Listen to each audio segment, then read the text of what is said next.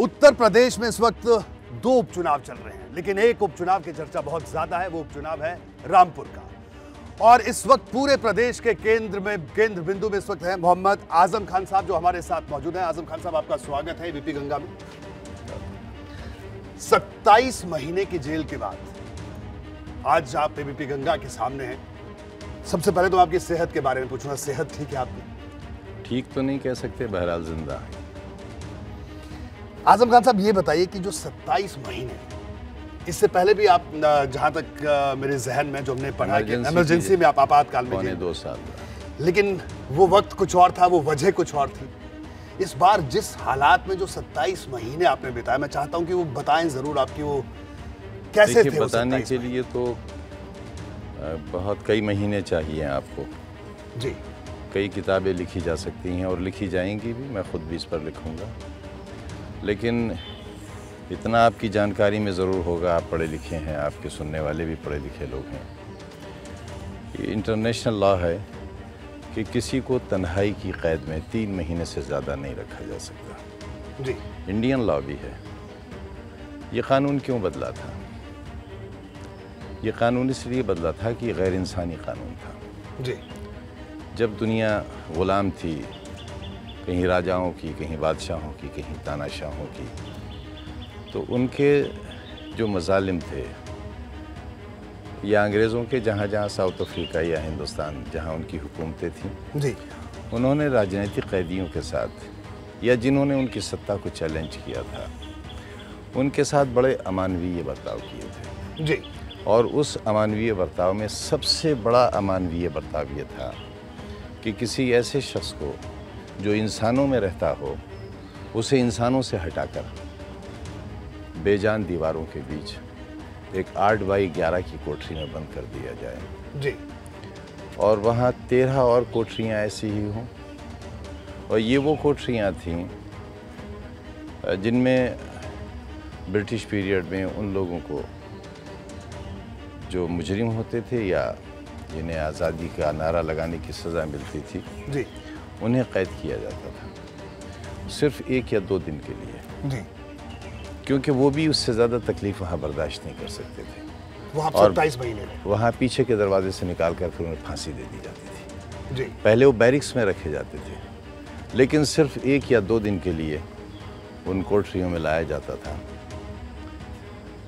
उनके साथ भी वो बर्ताव नहीं हुआ था जो 27 महीने हमारे साथ हुआ, अपने ही वतन में, अपने ही लोगों के हाथों से।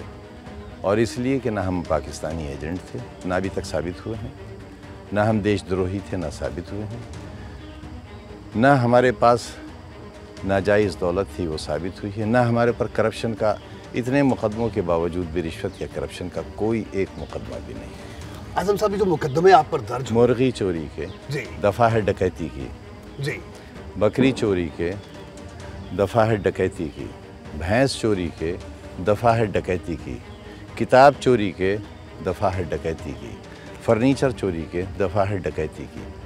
और मैंने नहीं की, मैंने कहा कि जाओ ये काम कर लो। मंत्री रहते हुए मैंने, मेरी बीवी ने और मेरे बेटे ने शराब की दुकान लूटी है, ये मुकदमा है हम पर। बोतलें लूटी हैं हमने शराब की, जिससे सिगरेट नहीं पिया, और 16,000 रुपये गल्ले से लूटा है। अफसोस इसका नहीं है कि हम पर क्या हुआ, अफसोस इसका है कि करने वालों का स्टैंडर्ड क्या था, उनका स्तर क्या था। दुख इसका है। एक यूनिवर्सिटी का फाउंडर हूँ मैं, मुझे मार दें तब भी फाउंडर रहूँगा, इसे खंडहर कर दें गिराकर तब भी फाउंडर रहूँगा। जी।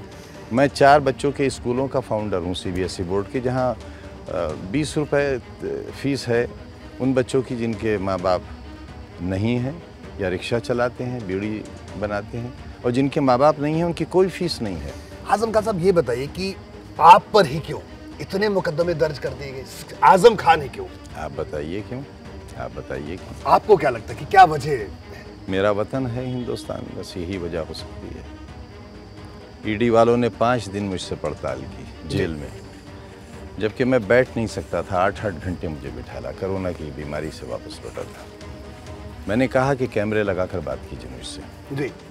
नहीं मानी उन्होंने मेरी। सवालात ये थे कि विदेशों में आपके कितने होटल हैं? जी कितनी कोठियां हैं विदेशों में आपकी, कितने बैंक बैलेंसेस हैं। जी तो मैंने बतलाया कि मेरे 2 बैंक अकाउंट्स हैं, एक पार्लियामेंट का क्योंकि मैं MP रहा हूँ और दूसरा विधानसभा का। इसके अलावा मेरा तीसरा कोई ज़ाती अकाउंट नहीं है पूरी दुनिया में। मुझे तुम्हारे सवालों पर अफसोस नहीं हो रहा है, गुस्सा नहीं आ रहा है, लेकिन इस बात पर शर्म आ रही है कि मैं कहाँ पैदा हो गया। तो आजम खान साहब ये बताइए कि देखिए राजनीतिक प्रतिद्वंदिता, राजनीतिक द्वेष, मतलब ये तमाम जो बातें पॉलिटिकल सर्कल में कही जाती हैं, ये हर दौर में रही है। ऐसा नहीं है कि किसी दौर में नहीं रही है, लेकिन खास तौर पर जैसे अब मैं अब्दुल्ला की बात करूं, आपकी पत्नी, उन पर भी मुकदमे। इस स्तर की मरी हुई माँ पर मुकदमा। 5 किताबों की राइटर मेरी बड़ी बहन जो माँ की उम्र की है, उसे जो चल नहीं सकती हैं अपने पैरों से, नमाज के मसल्ले पर बैठी थी, पुलिस घसीट कर उन्हें जीप में डाल कर ले गई। मेरे सुपरिटेंडिंग इंजीनियर रिटायर्ड भाई, उन पर 307 का मुकदमा। ये स्तर होगा। इस देश में दूसरा राजनीतिक व्यक्ति बता दीजिए आज़ादी के बाद, पूरे दावे से कहता हूँ मेरे अलावा कोई नहीं होगा जिस पर इतने घिनौने मुकदमे और इतनी तादाद में मुकदमे हों। और मुकदमों की रफ्तार यह है कि हर तीसरे मिनट पर एक मुकदमा लिखा गया है।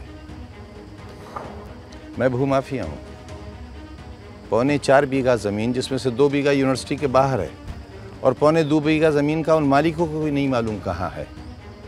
मैं माफिया हो गया।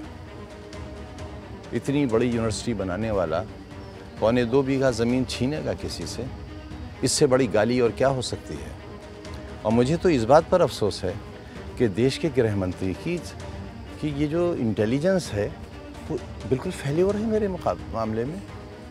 उन्हें ये मालूम नहीं मैं कैसा इंसान हूँ। उन्हें ये मालूम नहीं कि मैं भू माफिया हूँ, क्रिमिनल हूँ या नहीं हूँ। माफिया नंबर 1 पर मेरा नाम लिया जाता था, याद है ना आपको? आजम खान नंबर 1, मुख्तार अंसारी 2 और अतीक अहमद 3। तो अगर ये हमारी इंटेलिजेंस का हाल है तो फिर जो कुछ हो रहा है फिर हमें क्या शिकायत है? ये है इंटेलिजेंस हमारी? गृह मंत्री की ये जानकारी है हमारे बारे में? क्या कहा सुप्रीम कोर्ट ने? कहा 1 या 2 मुकदमे सही हो सकते हैं, 90 मुकदमे सच्चे नहीं हो सकते।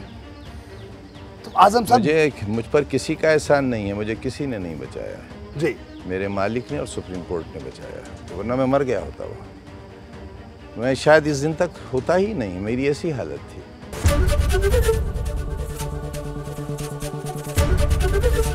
ABP गंगा, खबर आपकी, जुबान आपकी।